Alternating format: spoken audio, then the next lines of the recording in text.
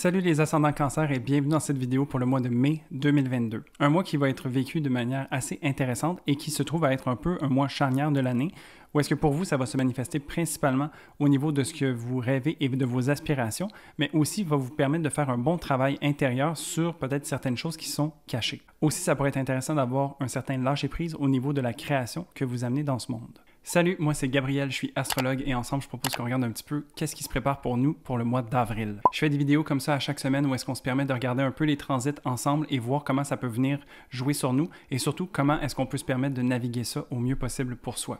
J'offre également des consultations en privé, donc si ça t'intéresse de travailler de façon plus personnalisée avec moi, je t'invite à aller voir dans la barre de description, il y a toutes les infos qui sont là, où est-ce que tu vas pouvoir prendre rendez-vous. C'est déjà ouvert pour le mois d'avril et pour le mois de mai en entier. Alors, on débute du 4 au 6 mai avec le Soleil qui rencontre Uranus en Taureau. Ici, c'est une conjonction qui vient nous amener beaucoup de surprises et potentiellement quelques déstabilisations. C'est sûr que ça vient travailler au niveau de l'ego et de la vitalité, mais ça peut aussi venir nous donner une surdose d'énergie. On est à la suite des éclipses qui ont commencé à la fin du mois précédent et donc ce transit se voit être un petit peu comme la continuité de cette énergie-là. C'est un transit qui est très effervescent donc, et qui se passe dans un signe fixe comme celui du Taureau qui aime plutôt la stabilité. Donc, ça pourrait être intéressant de vraiment se permettre de trouver sa stabilité à travers l'instabilité qui peut être présente. Pour vous, ça se passe au niveau de la maison 11 et donc c'est au niveau de vos rêves et de vos aspirations que ça vient se jouer. Et c'est aussi peut-être un moment qui serait intéressant pour connecter avec des gens qui ont la même vision que vous. Donc de se permettre de trouver des alliés ou des groupes communs pour être vraiment bénéfiques et nourrissants et pourrait vous ouvrir la porte sur quelque chose de nouveau que vous ne vous attendiez pas.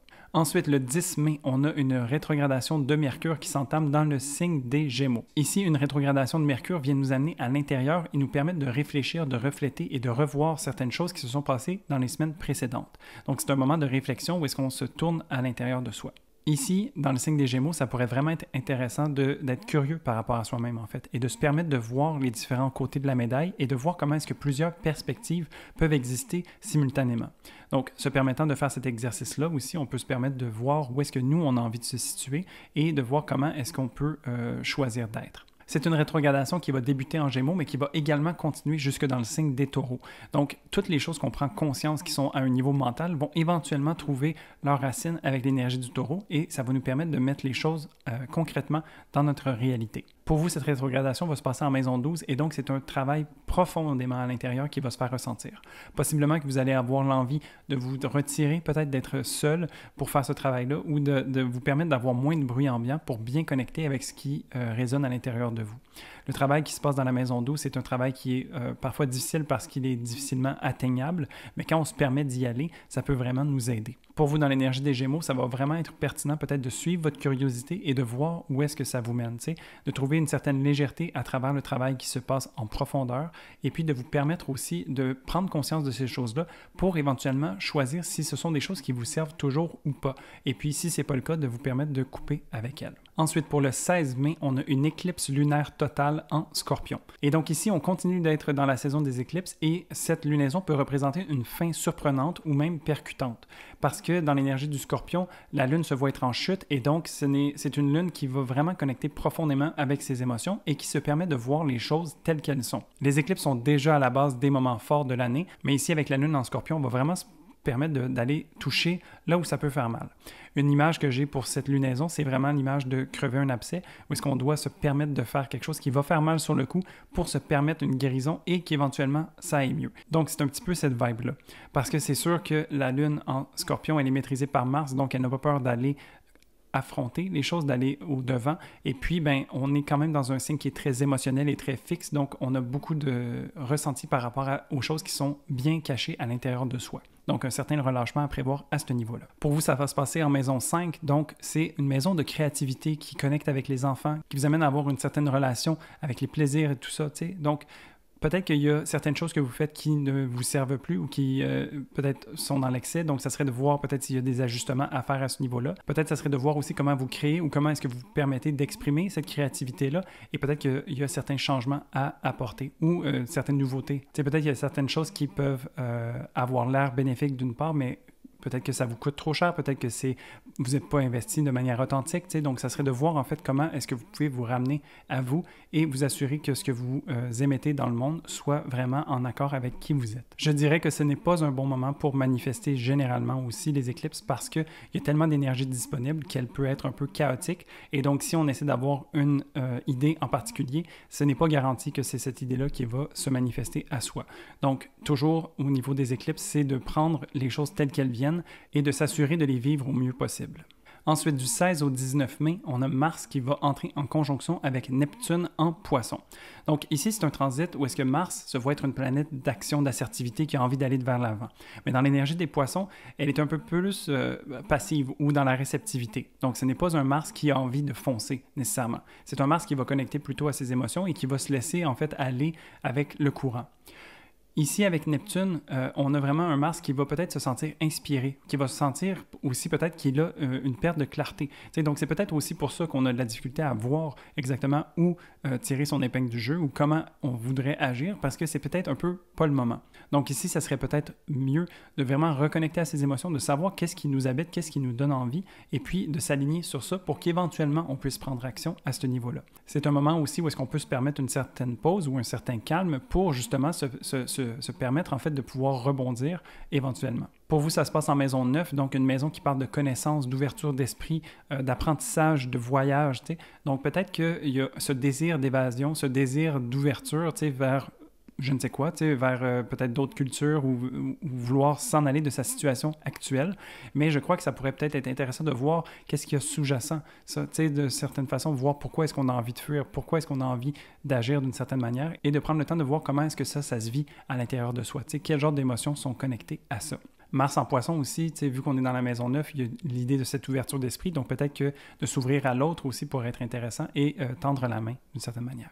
Ensuite, le 21 mai, on a le Soleil qui entre en conjonction avec Mercure en Gémeaux. Donc ici, on appelle ça un quasimi. Ça veut dire que le Soleil et Mercure sont exactement à la même position dans le ciel et étant donné que Mercure est en rétrograde, on peut considérer que c'est la moitié de la rétrograde qui est faite. Donc ici, c'est un moment où est-ce que le Soleil vient nous supporter dans notre mission et vient nous aider à avoir une certaine clarté d'esprit. Le Soleil vient nous aider à nous purifier, à avoir des prises de conscience, une certaine lucidité qui va vraiment nous aider à avoir les déclics. Toutes les réflexions qu'on fait depuis les quelques semaines, depuis le début de la rétrogradation, commencent à faire du sens et viennent cliquer en fait ensemble. Donc il y a vraiment des belles prises de conscience qui sont disponibles ici. C'est très intéressant aussi de ne pas oublier que Mercure va éventuellement reculer jusque dans le signe du Taureau et donc va se permettre de concrétiser tout ça. Alors les prises de conscience, la lucidité qu'on a à ce moment-ci va venir prendre racine quand Mercure va reculer davantage dans le signe du Taureau. Et donc ça peut vraiment être intéressant de justement avoir une belle énergie et d'accueillir ça avec un certain optimisme. Pour vous, ça se passe en maison 12, donc encore une fois, ce travail qui se passe à l'intérieur qui est un peu plus peut-être demandant ou qui demande du moins que vous choisissiez d'y aller. Alors de vous permettre en fait de voir ces choses-là qui sont habituellement cachées, de les voir avec le plus de lucidité possible et de vous permettre la guérison, le nettoyage, la purification nécessaire pour vous permettre de pouvoir avancer plus fort depuis ce moment-là pour être tout à fait donné ici. Ensuite, le 29 mai, on a Mars qui va rencontrer Jupiter dans le signe du Bélier. Alors, on a Mars qui est sorti du signe des Poissons et qui entre dans son signe domicile. C'est vraiment ici un Mars qui est très différent, donc il y a beaucoup plus de fougue, d'ardeur, qui a envie d'avancer et de vraiment bousculer. Il a envie de bouger. Alors ici, on a une certaine reprise d'action. On a un désir justement d'être entreprenant, vif et déterminé par rapport à ce qu'on a réfléchi. Ce mois de mai est quand même très réflectif et donc ici, on a envie que les choses bougent. Jupiter va justement nous aider à ça parce que Jupiter vient comme souffler sur les braises et vient empuissancer ce Mars qui a envie d'action. Donc ici, on peut s'imaginer que l'action nous porte par le cœur vers l'avant, mais qu'il y a aussi Jupiter qui a envie d'ouvrir nos horizons, qui a envie de justement découvrir des choses qui n'existaient pas ou de créer en fait des projets qui l'allument aussi. Donc il y a vraiment ici un beau travail et beaucoup d'énergie mis dans ce sens-là. Pour vous, tout ça va se passer dans la maison 10, donc au niveau de la carrière que ça peut se passer. Est-ce que vous avez envie d'entreprendre quelque chose de nouveau? Est-ce que vous avez envie de peut-être avoir un débouché particulier? Ça pourrait vraiment être intéressant aussi de tirer votre épingle du jeu et de voir comment est-ce qu'il y a peut-être un endroit qui aurait besoin de votre expertise ou qui aurait besoin en fait de vos connaissances pour aller alimenter ça. Ça pourrait être aussi intéressant d'oser faire quelque chose de différent et de voir quel genre d'énergie ça vous apporte. Et pour finir le 30 mai, on a une nouvelle lune en Gémeaux. Donc, nouvelle lune, nouveau commencement, c'est un terreau fertile où est-ce qu'on peut se permettre de planter des graines pour voir ces choses-là fleurir avec le temps. Comme je disais, c'est un mois qui est très réflectif, le mois de mai. Et ici, on termine en fait sur la mise en terre de ces choses-là qu'on a réfléchies. T'sais. Donc, avec la lunaison en Gémeaux, maîtrisée par Mercure qui est en rétrogradation, il y a beaucoup de réflexions et de restructurations qui sont disponibles et c'est comme si on pouvait se permettre en fait de rêver ou d'avoir une nouvelle idée qu'on a envie de mettre en terre et de voir qu'est-ce qui va se manifester à ce niveau-là. Pour vous, ça se passe en maison 12, donc tu sais, il y a eu beaucoup de travail en arrière-plan qui s'est passé tout au long du mois et de voir comment est-ce que ça va pouvoir évoluer avec le temps. Tu sais, c'est comme si vous aviez un as dans votre poche et puis vous êtes capable de savoir en fait que le travail que vous avez fait va éventuellement porter fruit et donc de se permettre un nouveau départ, peut-être plus allégé, peut-être plus en conscience à ce niveau-là pour être tout à fait bénéfique pour vous. Et donc voilà, somme toute un mois quand même assez intéressant parce qu'il y a beaucoup de réflexions, mais en même temps, il y a beaucoup de désir de vouloir avancer. C'est sûr que c'est un mois qui va peut-être se faire ressentir à deux vitesses d'une certaine façon, où est-ce qu'on se sent un petit peu tourné vers l'intérieur, mais également vers l'extérieur. Et je crois que globalement, c'est un mois qui nous amène à vraiment suivre notre rythme et prendre les transits comme ils viennent. Donc se permettre d'être dans la meilleure posture possible pour en tirer le meilleur pour nous.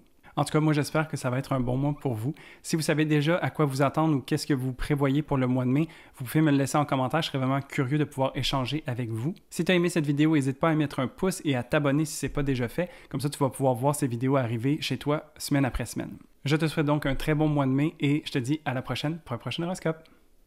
Salut!